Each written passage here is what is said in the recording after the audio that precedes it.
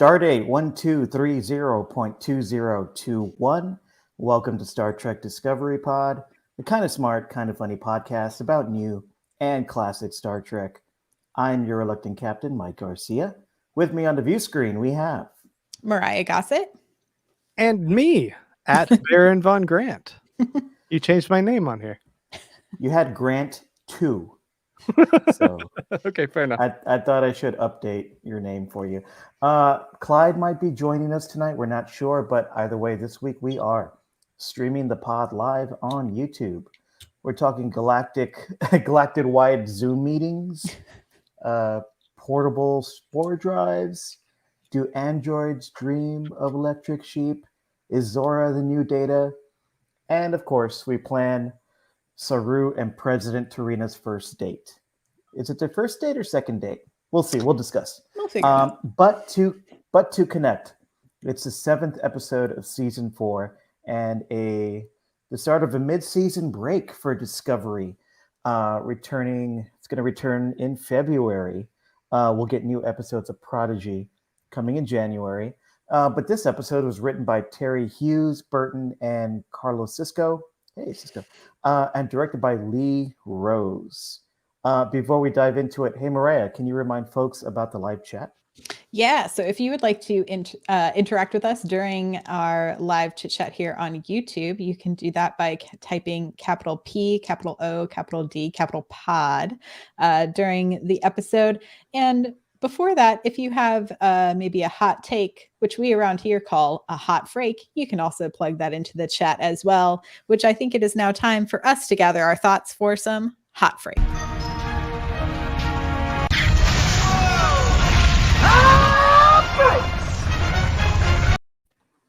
I really wish we had a holiday themed one. Oh, there was the Home Alone one. We didn't do that one.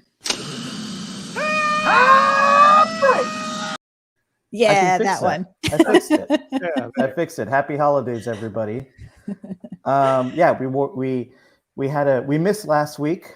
We didn't plan on missing it, but we did miss it. But we are back with some hot freaks. All right, hot freaks, Disco season 4, episode 7. Mariah, I want to hear from you. Yeah.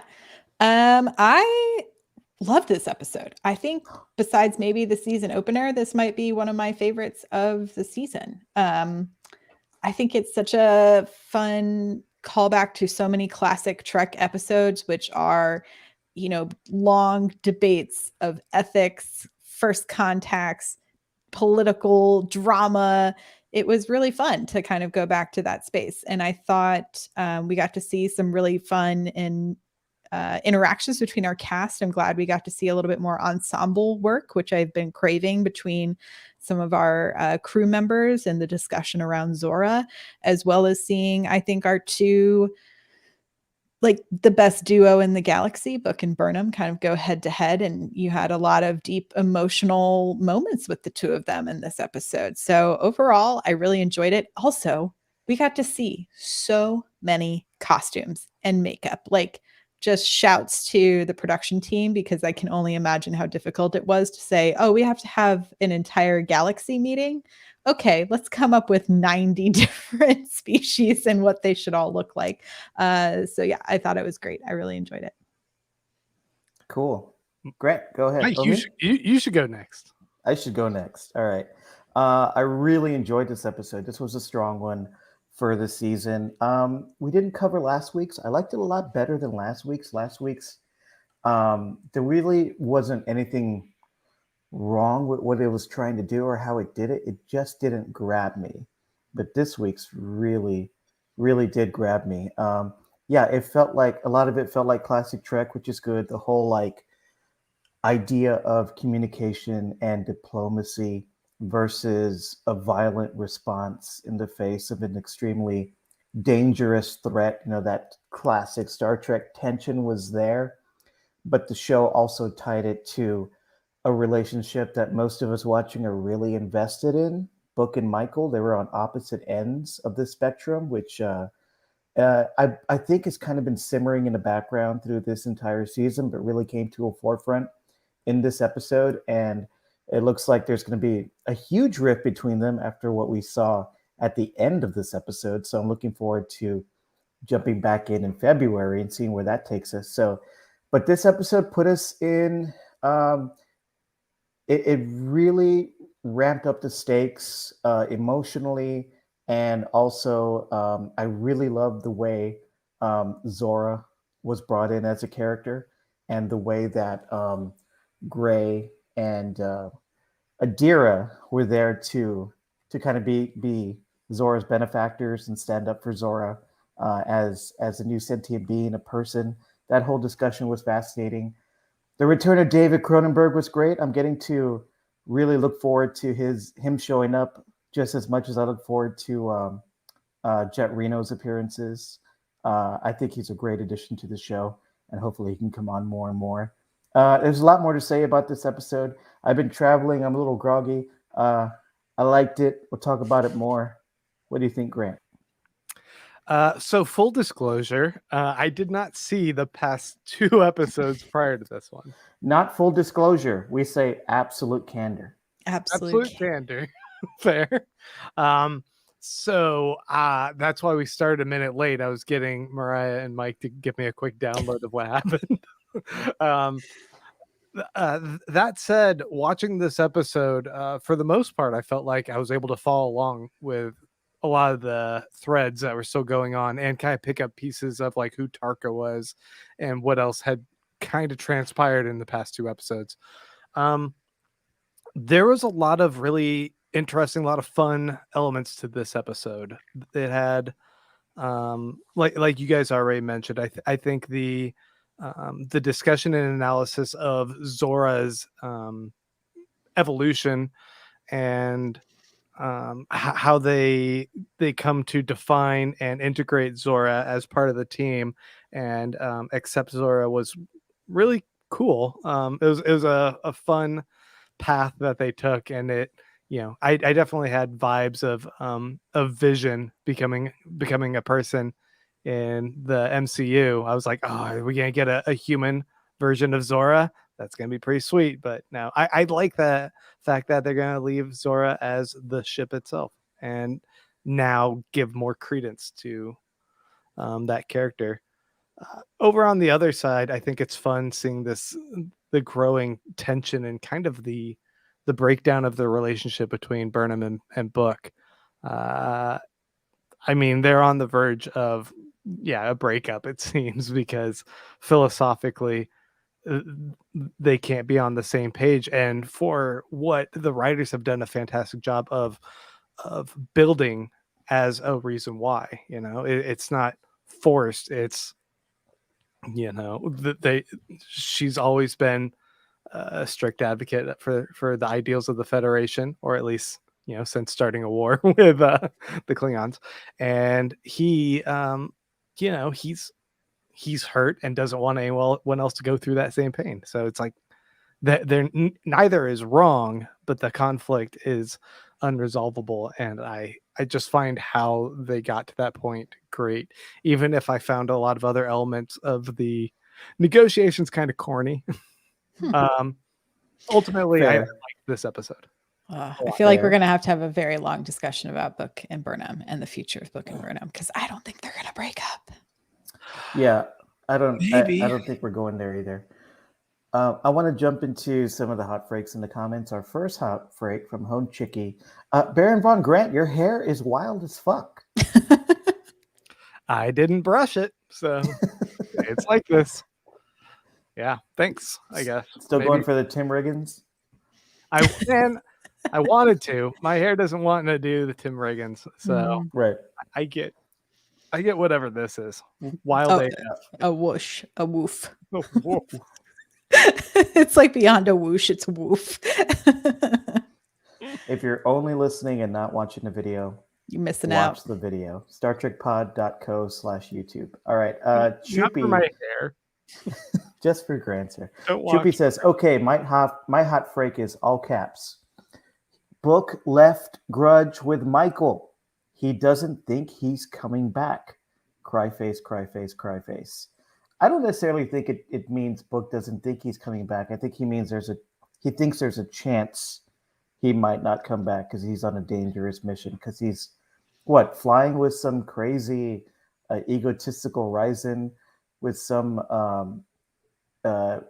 stolen spore drive tech, and they're going to dump a bomb in the middle of this thing that's destroyed planets and cross their fingers. Probably hopefully doesn't it think he's works. coming back. Yeah. Yeah. Okay, I mean, fair point, if- Choopy. Yeah, if I was to write a season cliffhanger at the end of this season, it would be "Is Book alive?" at the end of all of this. I say kill Book. It's poetic. It's powerful. I don't know if it would have No, much impact for me if Book died this season because not before they break up. His- Break up and then die. his Gosh, entire Graham. We're 'cause his getting dark entire- at the end of 2021.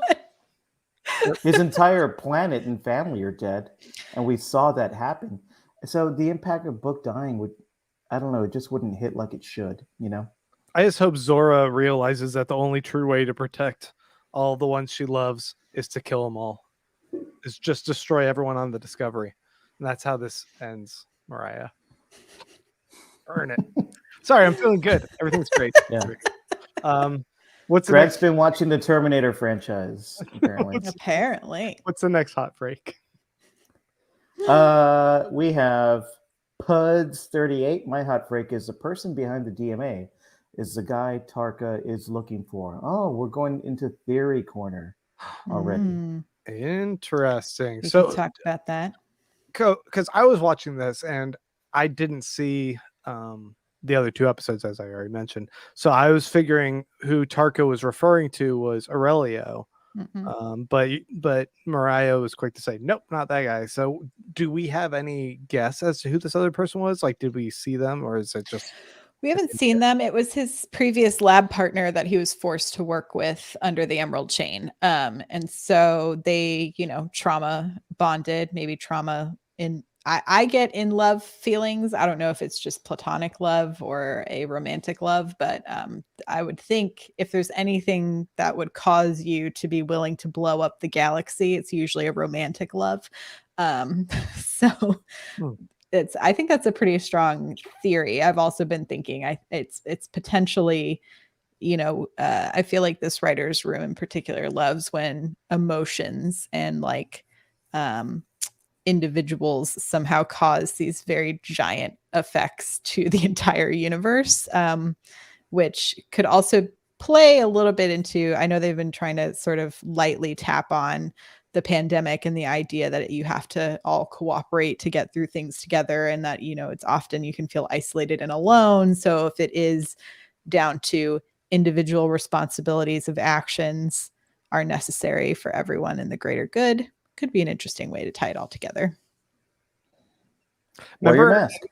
Remember in the first, was it the pilot episode or maybe the second episode where Stamets had a really long time science partner that they would work on the spore drive together? That dude died and it was like, all right, whatever, bye. In that grisly accident. Yeah. It was like awful. The giant tardigrade bears were like running down the hall eating everyone or some shit. Yeah. And it was like, oh, that guy's dead. Tough luck, tough breaks. Never hear from him again. Yeah. Although Chupi just commented that she thought that might be similar theory, but it could possibly not be a true story, which would also be interesting if Tarka is making up things in order to pull at Book's heartstrings to get him along for the ride, because he needs someone to navigate using the spore drive. So what's the motivation then? Like who is Tarka's motivation is trying to get to the power source. The power source to get to this one version of Earth, or this one version of the universe, this alternate reality where everything is perfect, where his friend or partner might be waiting for him. And it's the perfect kind of motivation for a guy like Tarka, a guy who thinks he's above it all and doesn't belong in the world that he's in, or is too advanced for the world or the time that he's in, that he wants to escape to a completely different reality, to where maybe he belongs. So if he's single-minded about that, and so single-minded that he'll steal Starfleet technology and take off and try to enact this plan that the entire Federation Council voted against, then yeah, he's totally capable of manipulating Book and getting him killed and not caring. just to meet his own ends. I think that's what's going on. Right. I mean, based on your description, he sounds like the most relatable person on this show.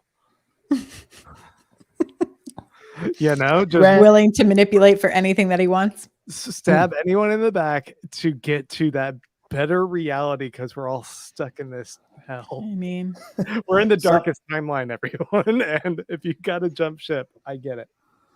Grant, somebody's in the mood. Do you need to watch some Ted Lasso or something, Grant? I know. Got to go back. Gotta go start from the first season. I need that. By the way, I started watching that, and I'm very happy. It's so Very good. happy, Matt.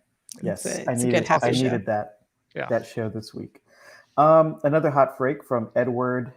Edward says, "Amazingly well done bottle episode." Was this a bottle episode? I don't know if I would call it a bottle episode because we Yeah. had multiple locations, but Yeah, yeah. bottle episode. I mean, in the classic sense, it's a time and money saving type of episode where everything happens in one location, right? yeah, the Breaking Bad, the Fly episode is sorry. like a classic example. No, I was just going to this so I could pouty lip. Home Chicky says Baron Von Grant is depressed. Moving on. Unless you Speaking wanna of talk about that, emotions, Grant. yeah. Do you need to talk about it, Grant? I'm good. We're here for you. Okay. Good. Grant, we see you. If you need to be seen like Zora. Mhm. Which, speaking of Zora, she will not give up those locations to this species at the top of this episode. I wanted to ask, are y'all, as we prepare for our impending takeover of the robots eventually, are you people who say please and thank you to your Siris or Alexas? What do you think I am? Am I a person who says please and thank you? You're a No. person that berates them. Like, yeah. I feel like I've seen at the studio, you just yell at them. Because they don't do what I command. We're doomed. Play Seal's Kiss from a Rose. Damn it! Exactly. I want some karaoke version. Give me the real deal. But Yeah. it does seem kind of ominous that Zora doesn't want to give them the details, because it's not like Zora isn't fully aware that Michael Burnham is a god walking among men. That a true force of nature, if Michael Burnham wills something to happen, she can broker peace or destroy all of 10C or whatever the villain thing is. Like, but still she's like, even you can't handle this. That's Yeah. scary. Yeah. I mean, I can see where she's coming from it in a virtuous standpoint, but then it was like by the end of it, she just was like, oh, I've reevaluated now, kind of thinking about it in a larger scale. And yeah, y'all can have it. But I do think, the getting from point A to point B, there is a lot more just like ethic morality chit chat rather than like trying to convince her to give them the location, which I thought was more interesting, because I think if it was just let's play logic games with a computer, it wouldn't be as interesting. Instead, let's think about the ethics and the issues that might arise by having a fully sentient being that's attached to your computer, which technically we're all sentient beings that are attached to some sort of computers. Relatable as well. Yes, we're all Zoras.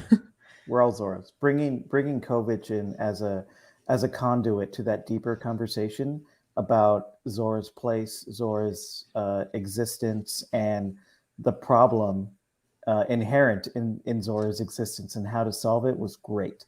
I love when this character comes in to mediate these types of issues, just like he came in a few episodes ago and did a similar thing. I have no idea, maybe this is just me, but I have no idea like what his position is or why he's called in to do these things. But I think casting Cronenberg, he just has that really stoic, intellectual, but somehow removed, but somehow still empathetic vibe. You know what I mean? Like he's cold and calculating, but you can tell he comes from a place of I want to figure this out and do the right thing for everyone here. If He doesn't have his Stamets- own if- agenda. If Stamets didn't agree, he said, I would have just simply thrown you out the airlock. Yeah, no biggie. I would Bye. have assigned him to a different ship. But I did really like oh goodness. I Your just husband lost and both your kids are on this ship. I would have just thrown you to another ship. thrown you out. Don't worry about it. Oh, when Stamets walks in and is like, oh, play music, everybody in for a group hug. And Saru's like, I ain't moving. What the fuck is up? Why are you doing this? And It's really Kovic is like, I'm not even considering this for a second. Yeah. What are you doing? I felt there was something a little weird though about the idea that they spend this episode talking to Zora and coming to a logical place where Zora, we will acknowledge your existence, but we need you to cooperate with the collective effort of and trust and goodwill that we're all kind of working toward. And Zora rolls over and shows her belly and is like, fine, you know what? I'll accept that. And then Stamets rolls in one more scene. He's like, it's not enough. I need you to kiss the ring. It was like, hey, Zora gave you a kill switch and then also gave you the coordinates. And Stamets is like, no, we need to induct you into Starfleet. You have to take oaths and you will never challenge. It's unfair, it feels like, because I'm like, everyone else will challenge the captain in like every other episode, but you're making this brand new baby robot not challenge the captain. This is showing our perspectives, our different perspectives, Grant, because that's coming from a I don't know. My perspective was that Stamets brought that up at the end because he wants to give Zora the chance to become a member of the crew. He thinks that's a good idea. Not because, you have to come in and kiss the ring and make me believe it, but hey, I have a solution and you can be one of us. He did it with positive intentions. Clyde's here. Yeah. What's up? Hi, Clyde. Sorry. Hey, Clyde. Hey. Your Christmas music? What's going on there? My guess is that's Picard. So the next episode started playing, and you know how I feel about Picard, so I was trying to stop it as fast as possible. Just take a hammer to it. It's a great show. Clyde, it's a good show. Good show. Clyde, we haven't heard your hot freak. What's your hot freak on this episode 7 of season 4? Wow. I'm getting in the habit of watching television that, I don't know, it feels like before, if you missed the last few minutes, you'd be like, oh yeah, I kind of understood what's going to happen.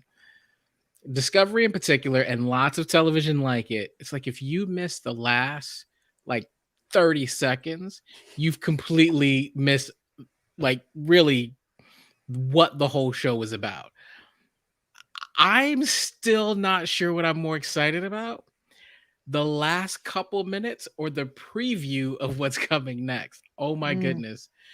I do feel like there was so much set up over the last couple weeks with the payoff. These payoff, you never know if you're actually going to get this payoff. But there was a great amount of payoff in this one. And so I enjoyed this one. I wasn't sure if I was going to really like this one. I was like, oh no, we had this whole episode in the storm and, Michael almost dying. Not sure how I feel about that. This one was hold on to your seats. So yeah, I'm excited. I'm like, wow. So I'm kind of all over the place, but ultimately I've been waiting for this divide between Book and Burnham. It's been coming and coming and coming. And so now that we see it, I'm like, paid off. So Grant seems to be on team hoping they break up by the end of the season. I am fervently, I don't think they can break up. They just have to figure out that through your differences, your love can be stronger, which I think is what we're hopefully getting towards. Listen, I'm always for love, right? I'm always for love. I'm always for reconciliation. I think in this particular, you got some philosophical differences and some grief and hurt. I think that if Kwejian had not been destroyed, I wonder what his perspective on this situation would be, right? And so if it wasn't for Quajon, if this was an anomaly that showed up before it killed anyone, would he still be saying you've got to destroy this thing, right? Just at the potential, much like what we saw with Zora, and going, do you destroy Zora just because of the potential? And so I love how those two uh, kind of plot A and plot B paralleled each other. And so I'm on team. I want them to stay together and work through this. But I'm that's my role for just about everything. Yeah, I think, I mean, this is Star Trek, right? So when we're having a debate over, hey, should we approach this unknown destructive force with Federation ideals, or should we just shoot it with the pew, pew, pew? I mean, the show wants us to be on the side of Federation ideals, but it does present a good case for the pew, pew, pew, right? Especially when we see it through the perspective of Book. We were there with him, right? We saw his family killed. We saw his planet destroyed. We saw all the emotional fallout he had after that. And if you're paying attention to the show and you're a fan, you feel that. You feel that for Book. So for me, watching this, it was a bit of a push and pull because I love Star Trek. I love the ideals. I'm all for let's start with communication and hope for the best, and let's go forward without the intent to harm, even though something is harming us, but we don't know its intent. Let's find that out first. Let's approach this with peace. I'm all for that, but I'm also feeling the opposite argument because that opposite argument is told to me and filtered through Book's emotional perspective, which I'm very invested in. So I found that very compelling. That being said, yeah, I'm all for the Starfleet, way of things. And do I think Book is going? We talked about Book potentially dying in this season. I think that'll be a little too much for Burnham to handle, a little too much like emotional stress for Burnham. We don't need to have her on the edge like every episode or down in the dumps in every episode. And I think killing Book would be less impactful because we've already seen his whole planet destroyed. I mean, it would just feel less impactful. I don't think they're going to break up. I am an optimistic Trekker, just like Mariah, who hopes that they can become a stronger duo after articulating their differences and learning from each other, which is what we should all be doing in this universe. I would argue we already yeah. saw them break up. I think Yeah? when he bore his soul to the entire council of how passionately he feels, and then she decided, hey, I'll counter argue your heart and soul. She made a decision, and that was the end of it. Nope. He Solid point. dropped off Nope. grudge with her because he turns and looks at her like, the fuck? And Oh, then I didn't think it was that. I think he was. he's done talking. I knew you had to do that. Yeah. I think that I think they'll get back together, but I think that was a line drawn that if he walks away, I get it. No, because I look at this and go, if that was the case, if it was a true breakup, right? You don't leave grudge with your ex, right? If this is grudge, but he's going on a death mission. so leave him with That's Stamets. what we were already discussing. Leave him with somebody else. Leave him with anyone else. He's got no other buddies. No, he's got him and Stamets. They're like two Like peas in a Grudge pod. is the only one that that responds with indifference to the dangling now. I bet there's somebody else on that ship who has seen Grudge. Like you're telling me on the whole Grudge ship, only likes her now. the only two people who talk to Grudge is Burnham and Book. That's why we saw that scene. No, There's not a cat. There's not like a sentient cat person on board, like in like the doctor in Lower Decks. They would not get along. No, I actually agree with Mariah. I think that look was not so much about like how could you. It was more of I disagree, but I respect that you had to speak up. And to me, like that's beautiful, right? Like if I'm being honest, I'm looking and going, you have two people who love each other and both are saying this is what I believe in, and to be able to speak that way and not feel betrayal because someone disagrees with you, I think is a beautiful thing, man. Well, because I feel like we got a lot of setup for this whole thing to happen when Book Book is obviously thinking about all of this, right, leading up to this meeting and like finding out where this has come from. And when he's hallucinating his dad in the episode from last week, you know, essentially his mind through the hallucination of his dad is saying, you are always going to be number 2 for her. And so you have to decide if you are okay with that. And I felt like that look was that confirmation of like, okay, I am going to always be number 2 to her duties to the galaxy, but he has to respect that. Right. And I think he does. Still hurt. I mean, it's still plenty of room to be hurt by the choice. You know, you have a small sliver of like, maybe she'll come around to my side of things, but Am I ruining this for everyone? no, I think this is like, it's a good conversation to have because I think it's just a different perspective on how these conflicts can be resolved, right? It's either resolved through destruction or resolved through unity. And I think typically Trek usually goes for the unity.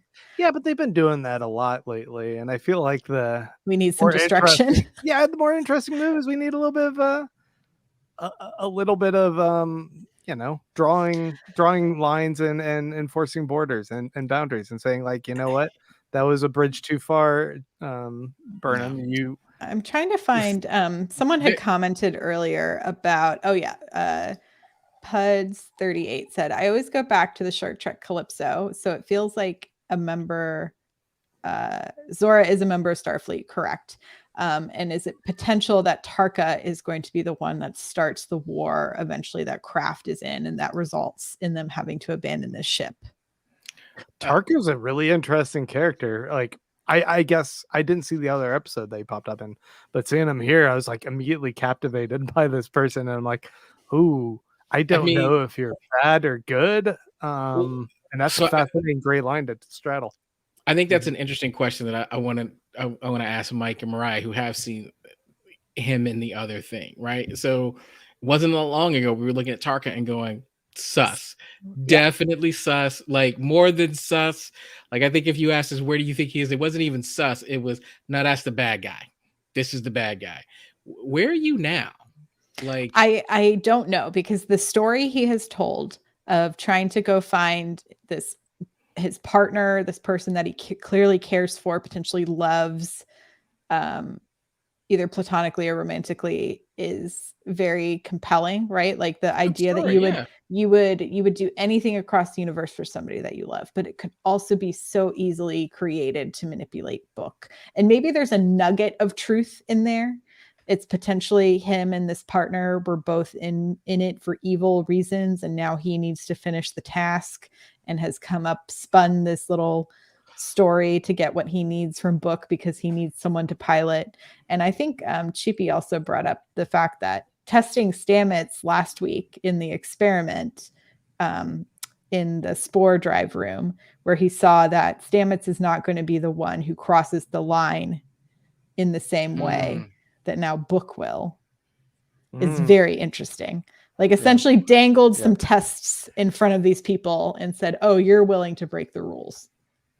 Nice. I want to bring up what... That's good. That's good. Way to go, Choopy.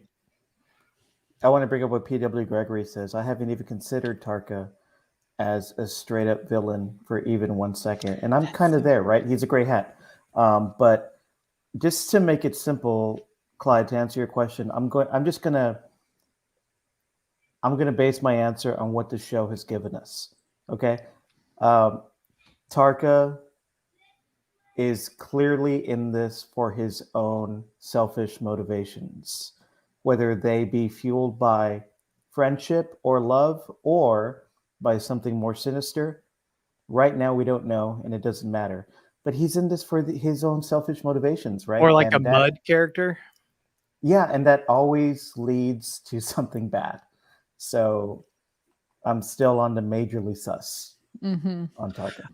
When we see the scar in the back of the neck, is that because he was part of the same chain, like the one of the slaves as part of the chain, like the Emerald chain temporarily was? So, I mean, I think that also lends a bit more sympathy to his backstory when he's talking about, like, you know, the one partner I had while we were forced to do this stuff for the chain. Even even if ultimately there are selfish motivations at play and destructive motivations at play that are going to hurt a lot of people in his quest to take that power and jump ship to another alternate universe, whatever. It seems like good writing. He's not a mustache twirly kind of villain. Then there's sympathy that's already constructed into it. Right. So I mean, it could go that way. We haven't really seen anyone else that's really playing the villain role this season yet, have we?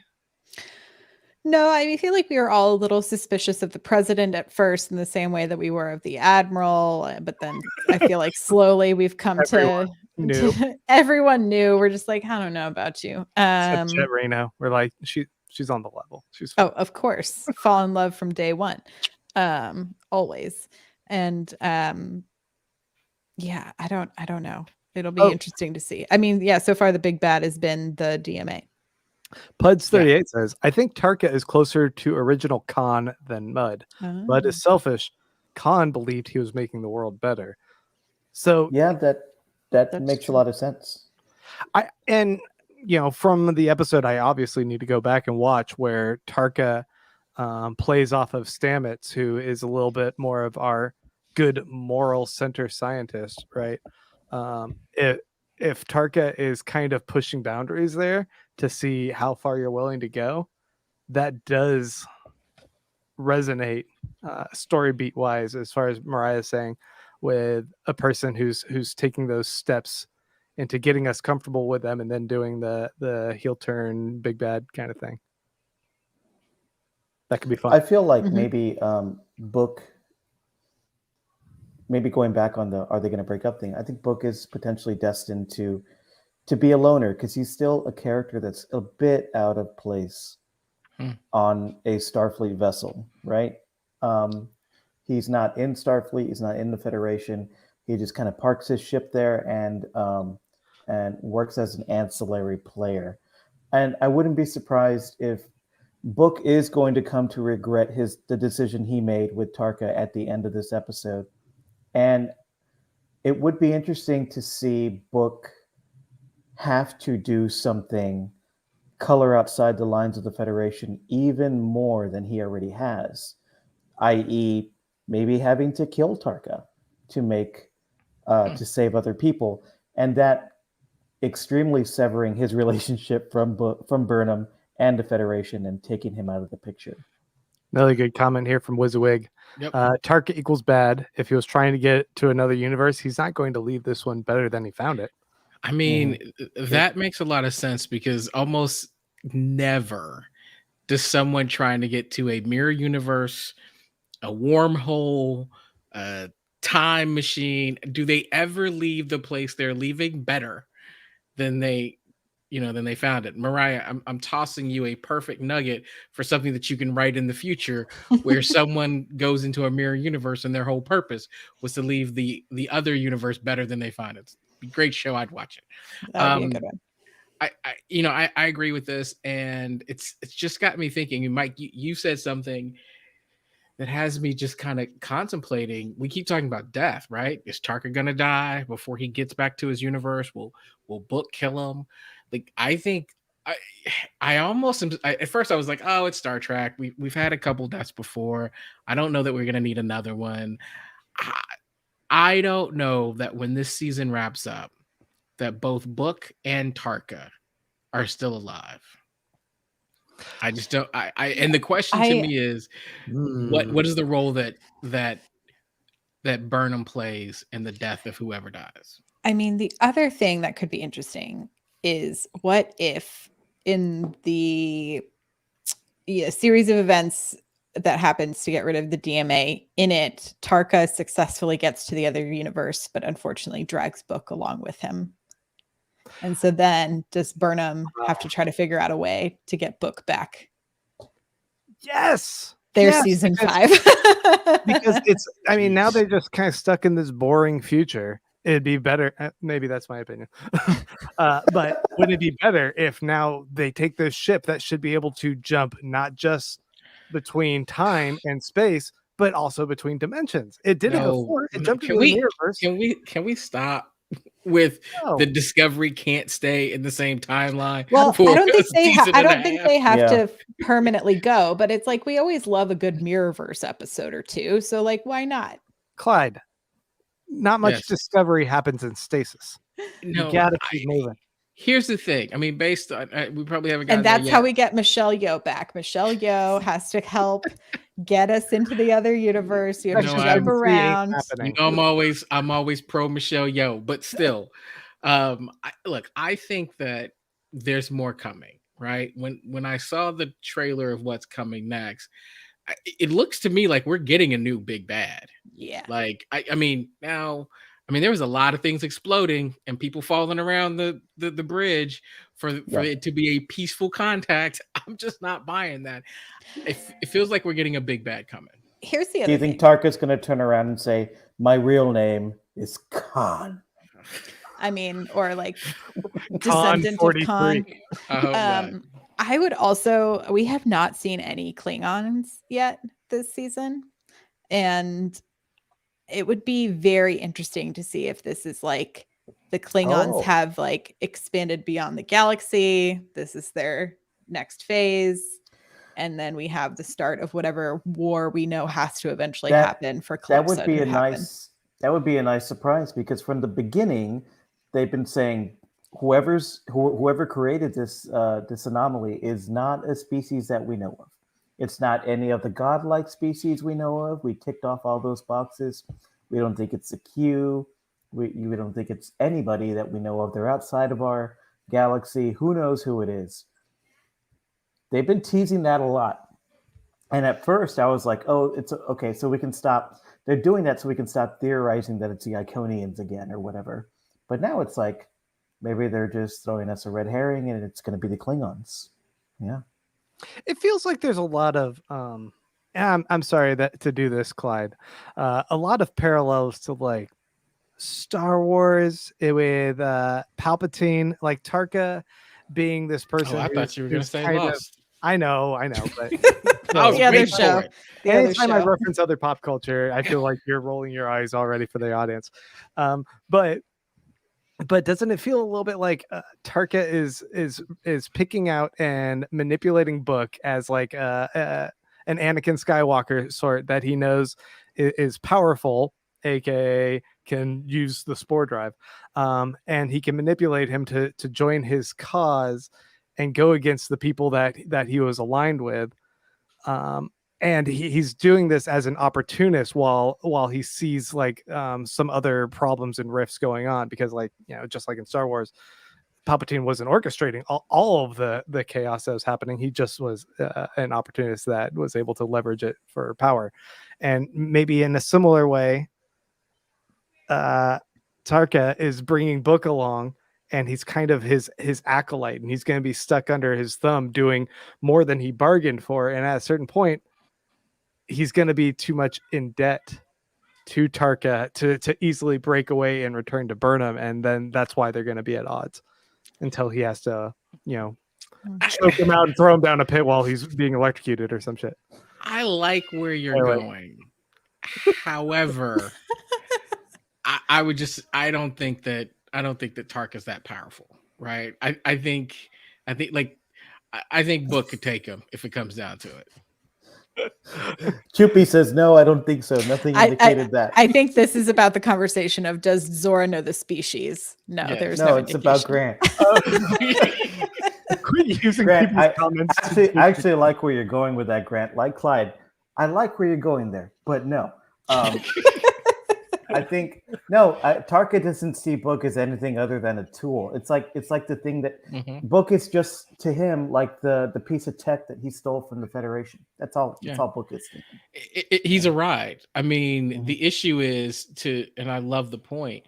He was kind of sorting through whether or not he could convince Stamets to do what he wanted, right? Because he realized he needed discovery, or he needed that spore drive, and you know, and he pushed Stamets pretty far to the limits, but Stamets had a Jiminy Cricket or Jiminy Saru on his shoulder, not letting him go too far.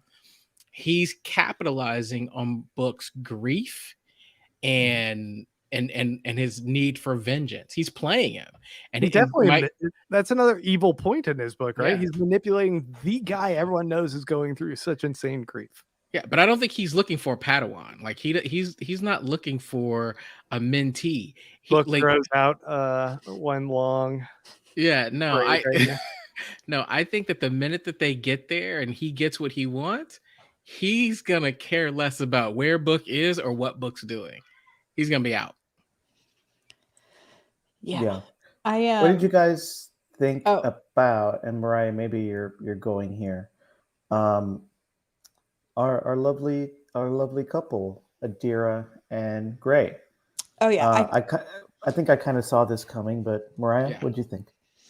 Oh, well, I first wanted to just mention, I thought it was interesting there's been so much conversation about compromises this season, right? Like Michael always seems to be trying to find like the third option in so many things. And then for this episode, we were only given option A or option B, which to me would have been like the compromise would have been, let's have Disco waiting on the outside of the DMA while we make contact and we'll let you know if they're hostile or not. And if they are, kill it. Like, like let's wait and be ready to pull the trigger, but don't pull the trigger until we're just like, hey, y'all, no, Mariah, what's going on two here? Options, because this president of the Federation is the worst. It's been 10 minutes. We got two options. Let's just go with one of these. Yeah, I was just like, what is going on? Anyway, but to get back to Adira and Gray, I think Adira might need some time alone for them to fully grow into themselves. I think they've had this sort of emotional support of Gray, both internally and now, as a physical being as well. And I think sometimes you do have to be apart for a bit to kind of figure yourselves out before you can come back together. But I will say I really loved their dynamic in this episode because I felt like it was that conversation about when communities have to grow and change around new members of your community, right? It was a pretty large example of like the LGBTQIA plus community, the fact that we have all of these letters and the plus and all of this stuff in order to expand the umbrella, right? And so you have this younger generation being like, hey, just because you've never encountered someone like this before doesn't mean they don't exist. And so here's how we can kind of figure this out. So I thought it was a really nice moment to have, especially with all of our primary kind of LGBTQ plus folks present for these scenes in particular in that discussion. Yeah. So I also like the message of just because you haven't encountered someone like this before doesn't mean that this entity or this person should not have all the rights that we have. Right. Yeah, we should and be treated the same way and all of those Exactly. sort of things. Yeah. Yeah. I thought it was really cool. All that said, there was a hilarious where Zora makes this kill switch. And I saw Stamets look over at it, and I was like, he's gonna just jump and pop. It kind of reminded me of like the Janet switch on The Good Place. I was like, attention, I have been murdered. yeah. I mean, Yeah, I thought he look, was just gonna nab it and put it in his quarters in a drawer. I'm gonna keep this safe over here. Yeah, I got this. Listen, these writers are super smart, but this is one of those situations where we've seen the future, right? We've seen the future, and we know that Zora does not blow up. Mhm. We know that she still has this, because of the Calypso short track. So it's one of those things where I was like, yeah, but no, like it's gonna get real creative if they have to do that. So I was okay with it, but I appreciated the sentiment. Mhm. At the beginning, I almost thought they were gonna make Zora corporeal and give Zora like a humanoid body. And for a minute, I was into that just because of the novelty of it. But I was like, no, we kind of already did this. Let's do something different. Yeah, but if Zora, having access to all beings, could just like mix and match and pick whatever to be, I'd be like, yes, let's see this. It's gonna be awesome. Yeah. Ooh, someone just said, I always think of there's talk about Calypso and it being in a different universe. And now I'm like, Mhm. what if Book jumps to a different universe and has to find Zora in the other universe? Anyway, could And be use PW Sora to get back. and find parallel Zora to get back. So then there's 2 disco ships. So one ship has to be left behind. Yeah, I like. There are a couple people in the comments, PW Gregory and Margie, talking about Mhm. a Mass Effects reference. I agree. Love that. Think that's a great analogy as well. I don't know. Like all of that was something that I was interested in, but I think we're getting closer to understanding what Calypso was about, right? So it seems like at some point there is a separation. We don't know why, right? But rather than extract the sentience from the ship, there was this separation. And it could be because Zora is saying, hey, to keep people safe or for a reason, I've had to isolate myself. But that's fascinating and sad at the same time. Mhm.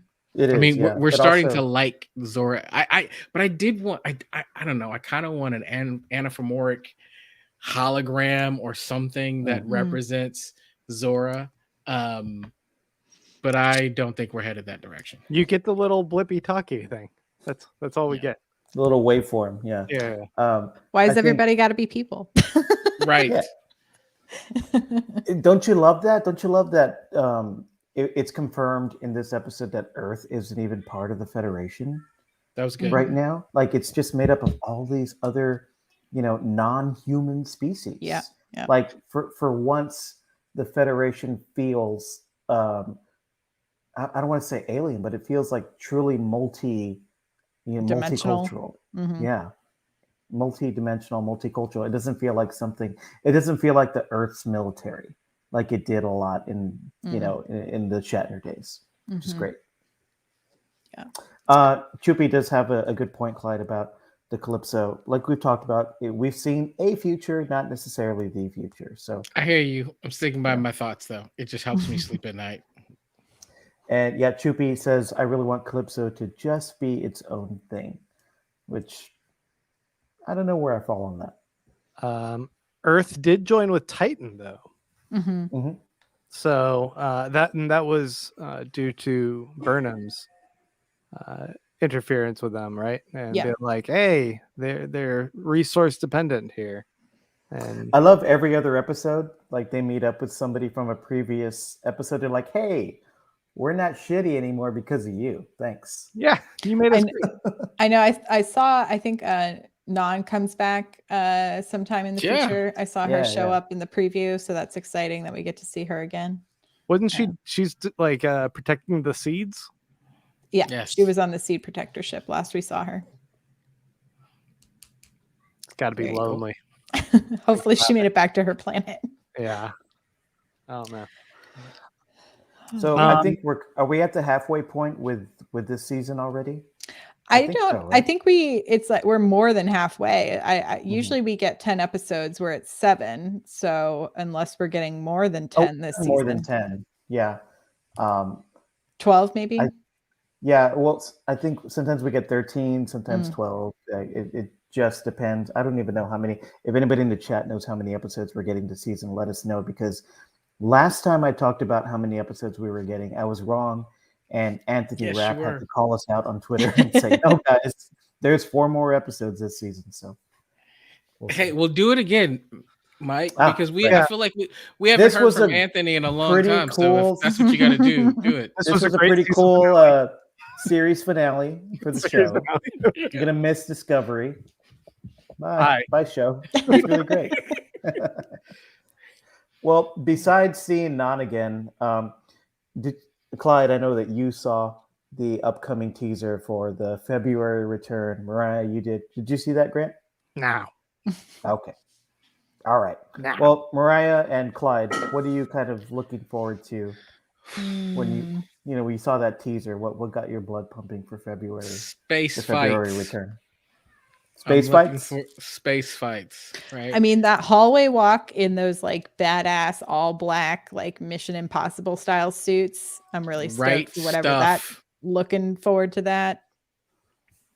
It's gonna be Pain cool. and misery. Pain and misery. Just everyone's suffering. That's It's one. disco. There will be suffering for sure. Yeah. Not Miles O'Brien level suffering, but there will be suffering. I'm just hoping whoever was your favorite person, character in the show chat, dies. Wow. Wow. Wow. Throwing out the bait. I'm the evil person. Twirl that It's not mustache, yours, Grant. me all along. So Takako tells us Memory Alpha says there's 13 episodes this season, but IMDb says 11, so who knows? I trust Memory Alpha. Yeah. So I would say it's probably the answer's 26. We're getting 26 episodes this season. because That's what's up? last season was 13, season 2 was 14, so it's gonna be around there. All right, Anthony Rapp, let us know. Let us know how many episodes you filmed this season. If you're allowed to tell us. If you're allowed to tell us, yeah, that's good. Oh, We're not wait. trying to get you in trouble, Mr. Rapp.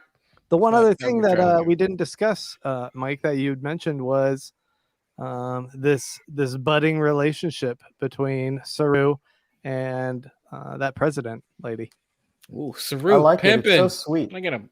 They're The so Navarre- cute. the Navarre lady, and he's like, Navarre president, yeah. I got you some tea leaves. Hey, listen, She was like, listen. If you're trying to I don't want to say Mac, but if you're trying to pursue someone, like you can learn a lot by watching Saru, right? He's like, hey, I wanted to see you. I knew you were around. He didn't show up and just be like, hey, good, nice to see you. What you doing? He came with a gift. That's Yeah. what I'm saying, and was very polite and was like, I'd like to see you. Oh, you have some extra time? I'm just saying, if you're looking to figure out how to talk to someone, you can learn a lot from Saru. Also, it was thoughtful. He was like, hey, Tarina, I really appreciated that you had tea for me for my home world on this last place. I Thoughtful. saw the effort. So here is the plant, and I know it's going to survive in the place that you live. So See, cute. that's it's how a you, So bring cute. Clyde a gift. That's what I the mind. It's the sexiest organ you got. Yeah. The mind, right there.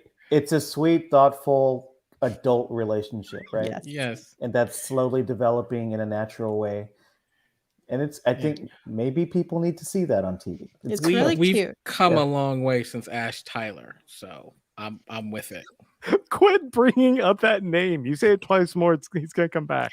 I mean, listen, I talked to someone recently who asked me about Discovery, and I was like, oh, I love it. And I was like, do you watch it?